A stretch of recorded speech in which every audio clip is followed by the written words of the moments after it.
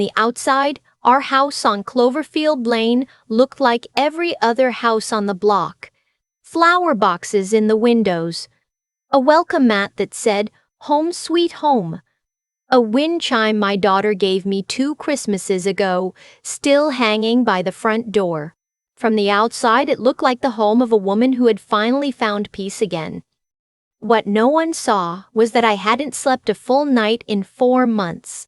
That I'd stopped calling my friends because it was easier than explaining the silences. That I'd learned to read his footsteps coming down the hallway, the weight of each step, the way a person learns to read weather. My name is Evelyn, and I was 63 years old when I let someone almost disappear me. I need to back up, because none of it makes sense without the beginning. And the beginning was actually beautiful. That's the part that's hardest to explain to people who haven't lived it. It wasn't ugly at the start. It was the most gentle thing I had felt in years. I lost my first husband, Robert, to pancreatic cancer when I was 58, 14 months from diagnosis to the end. We had been married for 31 years, raised 2 kids in a split level in Dayton, Ohio, argued about the thermostat and whose turn it was to call the insurance company, and loved each other the slow, steady way that people do when they've chosen the same person through every ordinary Tuesday. When he died, I didn't just lose him, I lost the whole architecture of my days. My daughter Brianna wanted me to move closer to her in Columbus. My son Marcus? And yes, I know that name is in the file, but I'm talking about my actual son, so forgive me, no wait. His name is Nathan. My son Nathan thought I should sell the house. Neither of them were wrong exactly. But I wasn't ready. I wasn't ready to let the house become past tense too. I stayed in Dayton. I went back to the volunteer work I'd put on hold during Robert's illness. Tuesday mornings at the food pantry over at St. Andrews, sorting donations, restocking shelves, chatting with whoever came in. It got me out of the house. It gave my week a shape again. That's where I met him. His name was Dennis, 67 years old, retired high school history teacher, a widower himself. He came in every other Tuesday to drop off whatever he'd cleared out of his pantry that week. Canned goods, mostly. Sometimes pasta. He always brought things in paper bags instead of plastic ones because his late wife, Carolyn, had been particular about reducing waste. He mentioned that the first time we spoke, I thought it was sweet that he still honored her habits. We talked for maybe 10 minutes that first day. He had kind eyes and he laughed easily, and when I mentioned that I'd been a librarian for 22 years, he lit up and said Carolyn had loved libraries too, that she used to drag him to every used book sale within 50 miles. I went home that afternoon feeling something I hadn't felt in a long time. Not romance exactly, just warmth. The feeling of being seen. He asked me to coffee 3 weeks later. Just the Panera on Miller Road, nothing dramatic. We sat for 2 hours, and I lost track of time completely. He asked me real questions. He listened to the answers. He remembered details from the week before and asked follow-up questions, the way people used to before everyone got distracted by their phones. By the end of that coffee, I thought, this man was raised right. We dated for 11 months. He brought me flowers for no reason. He fixed the hinge on my back gate that had been broken since spring without my asking. He drove me to my colonoscopy and waited the whole time and came in holding a cup of soup when they wheeled me out, and I thought, this is what it feels like to be taken care of. After years of being the caretaker for Robert through his illness, for the kids through every crisis of their 20s, for my mother through her decline, someone was finally looking after me. Brianna met him twice before the wedding. She said he seemed perfectly nice, which from my daughter is practically a standing ovation. Nathan and his wife drove down for a weekend, and the 4 of us had dinner, and everything felt easy and warm and right. We got married on a Saturday in April. Small ceremony, just family and close friends at the Botanical Garden. Dennis wore a gray suit and cried a little when I walked in. and I thought I was the luckiest woman in Ohio. The house on Cloverfield Lane was mine. I bought out Nathan's portion of the family home and refinanced after Robert died. It was simpler than selling, and Dennis moved in with me. That was our agreement. His condo in Kettering went on the market, sold in 3 weeks, and we put that money into a joint savings account for travel. We were going to go to Portugal in the fall. We'd been talking about it for months. We never went to Portugal. The first time something felt wrong, I told myself it was nothing. It was a Wednesday evening in June, about 6 weeks after the wedding. I was getting ready to meet my friend Paulette for dinner. We'd been doing a monthly dinner since our kids were in elementary school together, 20-something years of the same booth at the same Italian place on 5th Street. I'd put on a blue wrap dress, the one Brianna had helped me pick out the previous summer. I came downstairs and Dennis looked up from his book. His expression didn't change exactly, but something shifted in it. He said, "Carolyn never wore colors like that." She said bright colors were a young woman's territory. I didn't know what to do with that sentence, so I laughed a little and said something like, "Well, Carolyn sounds more restrained than me." He didn't laugh back. He went back to his book. I went to dinner. I told myself it was just an odd comment from a man still navigating grief. But it kept happening. A few weeks later, I made pot roast for Sunday dinner using the same recipe I'd been making for 30 years, the one Robert had loved and asked for every birthday. Dennis took one bite and said, "Carolyn slow-cooked hers overnight. She'd start it Saturday night, so it was ready for Sunday." It practically fell apart. He said it pleasantly, informatively, the way you'd share a recipe tip. But what I heard was, "Yours is not as good as hers." I started slow cooking the pot roast overnight. That should have been the moment I noticed what I was doing. I was 63 years old, a grown woman with 2 kids and a career and 31 years of a real marriage behind me. And I was rearranging my cooking schedule based on a dead woman's habits. But I didn't name it then. I just thought I was being flexible, accommodating. Isn't that what you do in a new marriage? By September, I had learned quite a lot about Carolyn. I knew that Carolyn had kept the house spotless and never let dishes sit in the sink overnight. I knew that Carolyn had ironed Dennis's shirts herself, all of them every week, and had enjoyed it. I knew that Carolyn had never raised her voice, had never been in a bad mood that she expressed out loud, had managed every difficulty with what Dennis called quiet grace. I knew that Carolyn had volunteered more than me, read more than me, kept a better garden than me, and had, apparently, never once been difficult. I had never met Carolyn. She had been dead for 2 years, and I was beginning to feel like she was the third person in my marriage. I started slipping. That's the only word for it. I started second-guessing things I had never second-guessed in my life. What I wore. What I cooked. How I kept the house. Whether I was being too loud, too opinionated, too present. I started apologizing for things that didn't require apology. I spilled coffee on the counter and apologized. I laughed too loud at something on TV and apologized. I said, "I'm sorry" so many times in a single week that Nathan, who called every Sunday, said, "Mom, you keep apologizing mid-sentence. Are you okay?" I told him I was fine. I was. I said, just still adjusting.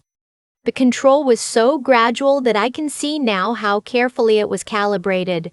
It never came in one large, obvious move. It came in 100 small ones. In October, I mentioned I wanted to sign up for a watercolor class at the community center. I'd always wanted to learn to paint. Dennis listened, and then he said, with perfect reasonableness, "Don't you think that's a little indulgent? Classes like that fill up with people who aren't serious.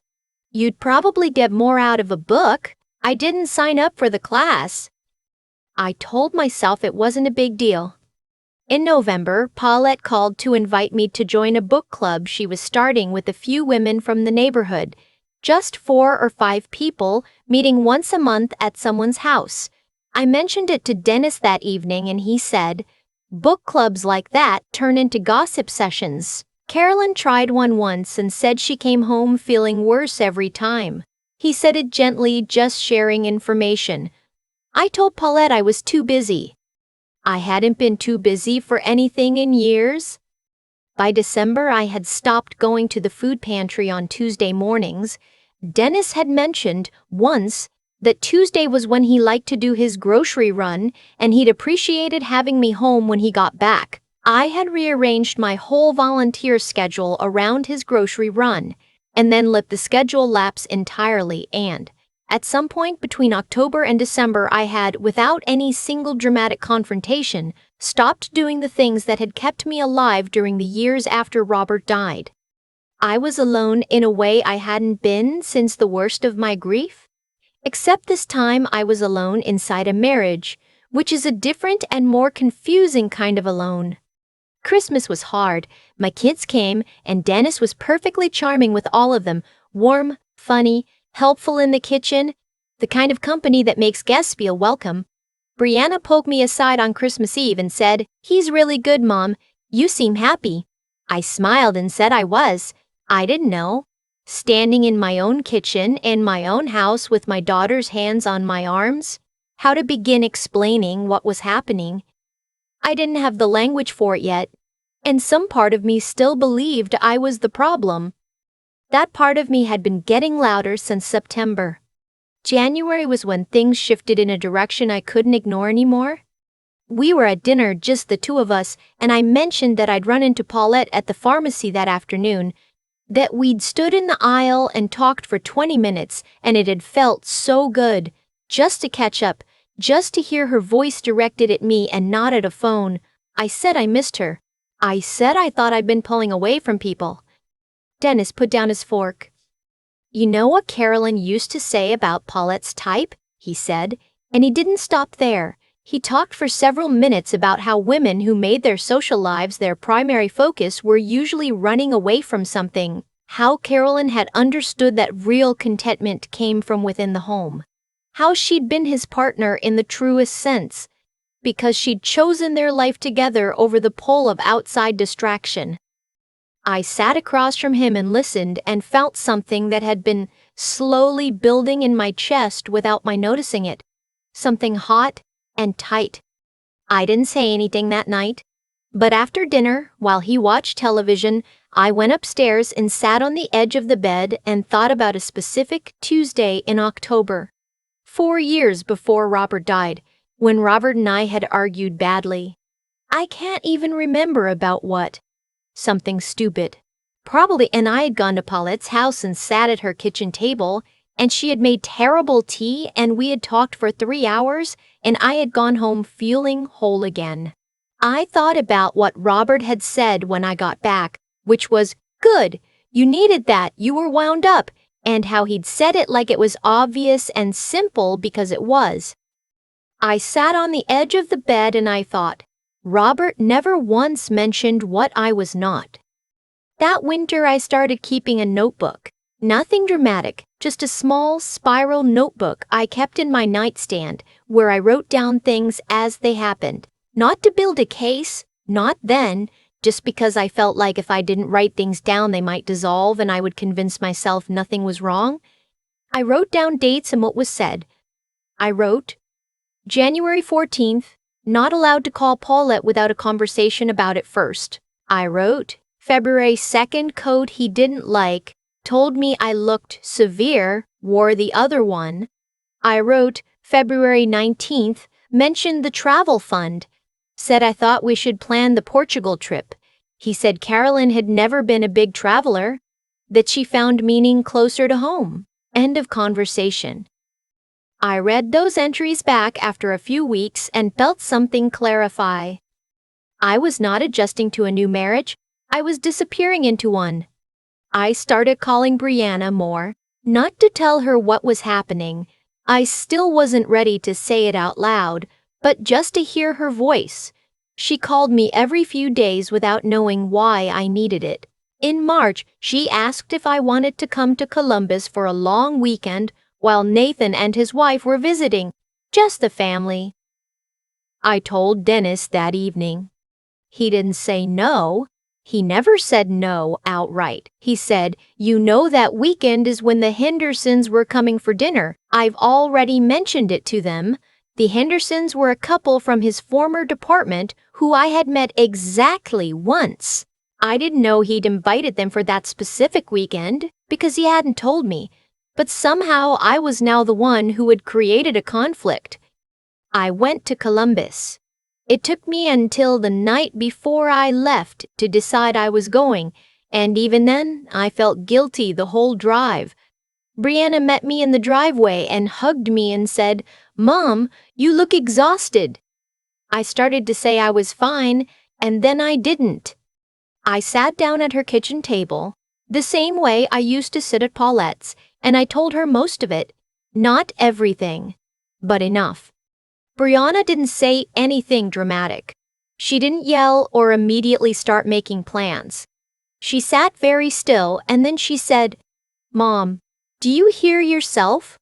You've described a man who criticizes everything you do by measuring it against a woman who isn't here to defend herself. And you changed how you dress, how you cook, who you see, what you do on Tuesday mornings, and where you travel, all to chase a version of yourself that isn't you."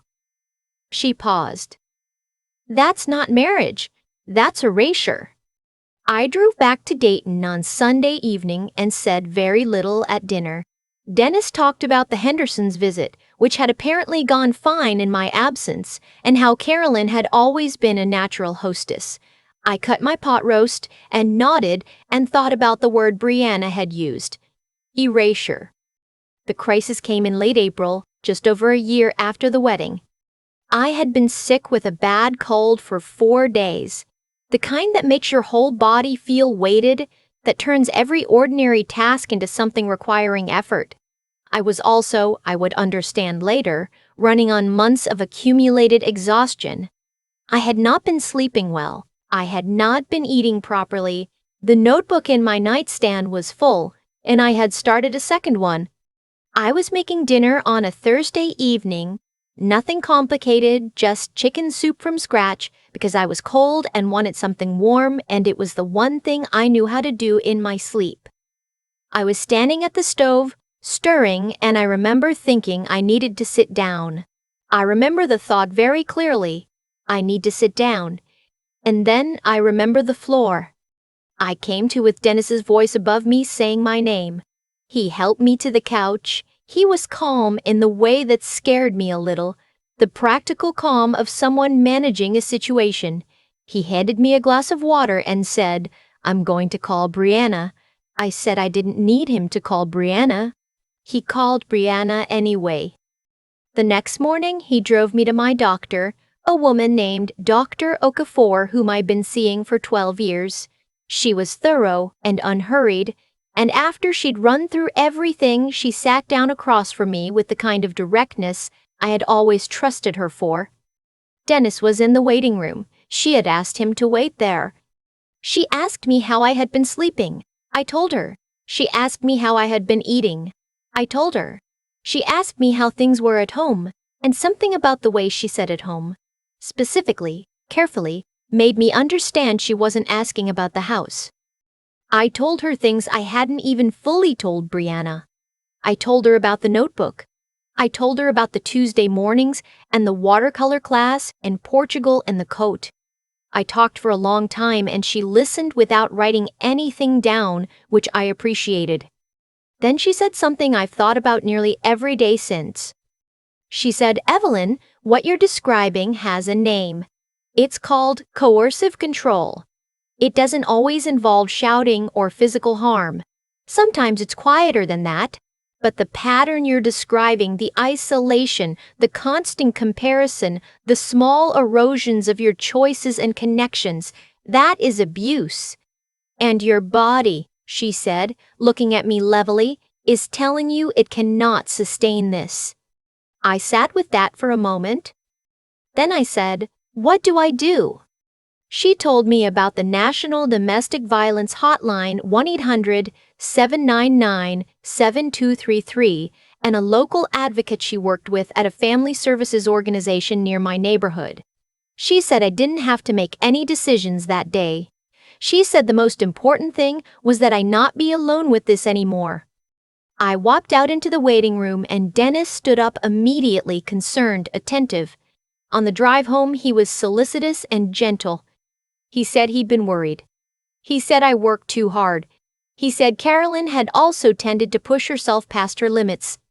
I looked out the passenger window at the April trees going by and felt absolutely nothing toward him.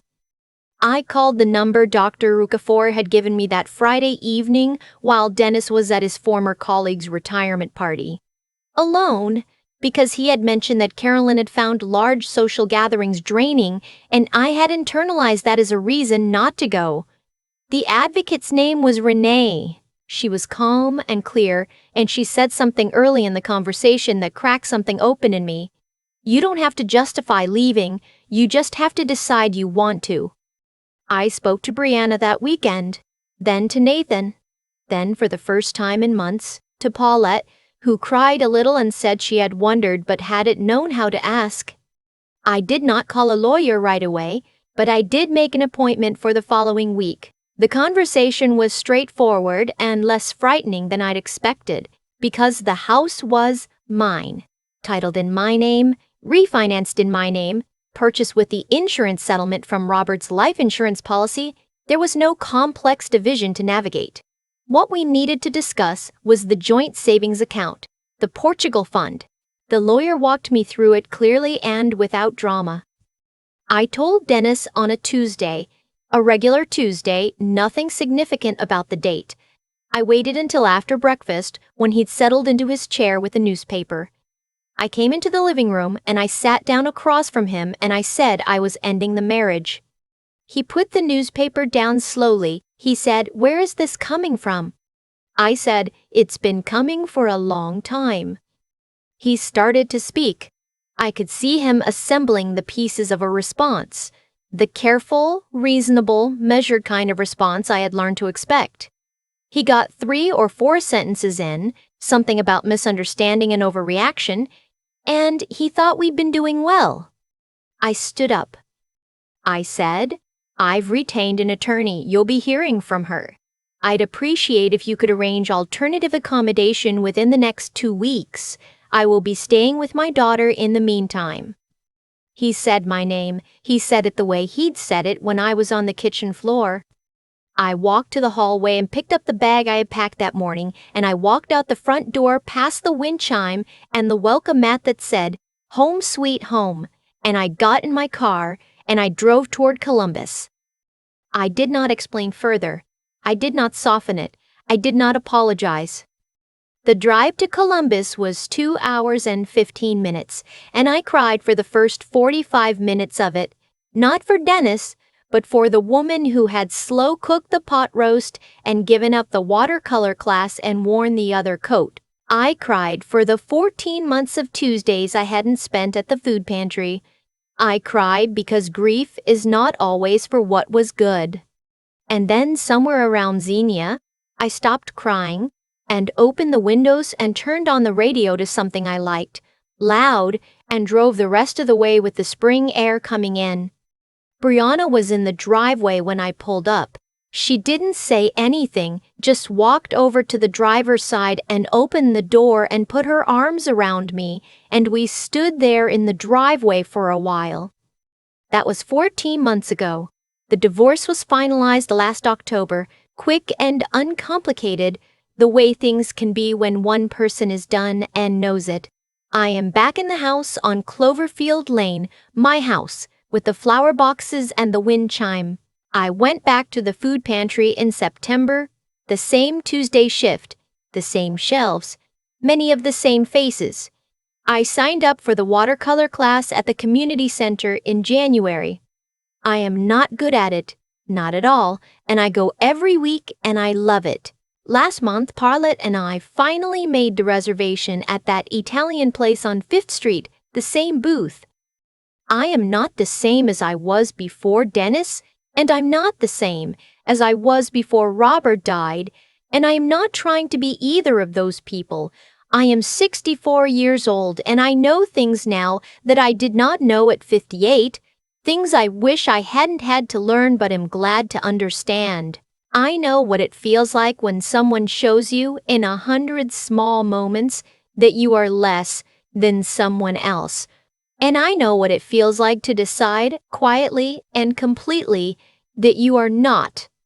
If you are reading this or hearing this and something in it sounds familiar, I want to say to you what Renee said to me on that Friday phone call, and what I still tell myself on the hard days. You don't have to justify leaving. You don't have to wait until it's worse. You don't have to earn the right to your own life. You already have it. You always did. I think about that Tuesday a lot. Not the one when I told Dennis it was over. The one before that, when I was standing at the stove stirring soup and my body simply said, enough. I used to think collapse was a dramatic word. It isn't. It's just what happens when you've been spending more energy maintaining a version of yourself that someone else approves of than you have left for the basic work of being alive. What Dennis did to me didn't have a dramatic name while it was happening. It felt most days like being slightly wrong, like I was always one adjustment away from being acceptable. And the insidious thing, the thing I could not see while I was inside it, was that I kept making the adjustments. I stopped going to the food pantry. I gave up the watercolor class. I wore the other coat. And every time I bent myself a little further, I told myself it was compromise, it was grace, it was what mature women do in second marriages. I told myself a story about who I was becoming, and I believed it, right up until my knees hit the kitchen floor. Here's what I understand now. On the other side of it, the choices we make under pressure reveal whether we have been honest with ourselves. Not honest in the way of confessing things out loud, but honest in the quiet, private way. Do you know what you actually need? Do you trust that knowledge enough to protect it? I didn't, for too long. I let someone else's grief become my instruction manual. I mistook his loss for his authority over me, and that was a failure of my own clarity, not just his manipulation. What pulled me back was not a single dramatic moment. It was my daughter sitting across a kitchen table saying the word erasure, and something in me recognizing it before my mind caught up. It was Dr. Okafor asking how things were at home in a way that told me she already suspected. It was Paulette's voice on the phone after months of silence, not angry, just present. It was the accumulation of people who had known me before Dennis, who could see the shape of what I had been, who held that shape steady while I found my way back to it. Brianna did not rescue me. She reflected me back to myself at the moment I most needed a mirror. That is what the people who love us do when we let them, and letting them. Staying connected, not pulling away into the isolation that control depends on, that is its own kind of courage. I almost didn't call. I almost talked myself out of the Columbus weekend. I almost believed I had no right to need anything from anyone. I am 64 years old. I have now lived through grief and love and loss and something I will call, plainly, abuse. And what I know is this: the capacity to recognize harm when it is quiet, to name it without waiting for it to get loud, and then to act on that knowledge even when action is frightening. That is not a personality trait you either have or don't. It is something you practice, or fail to practice, one Tuesday at a time. I went back to my watercolor class in January. I am not good. I showed up anyway. Showing up anyway is the whole lesson.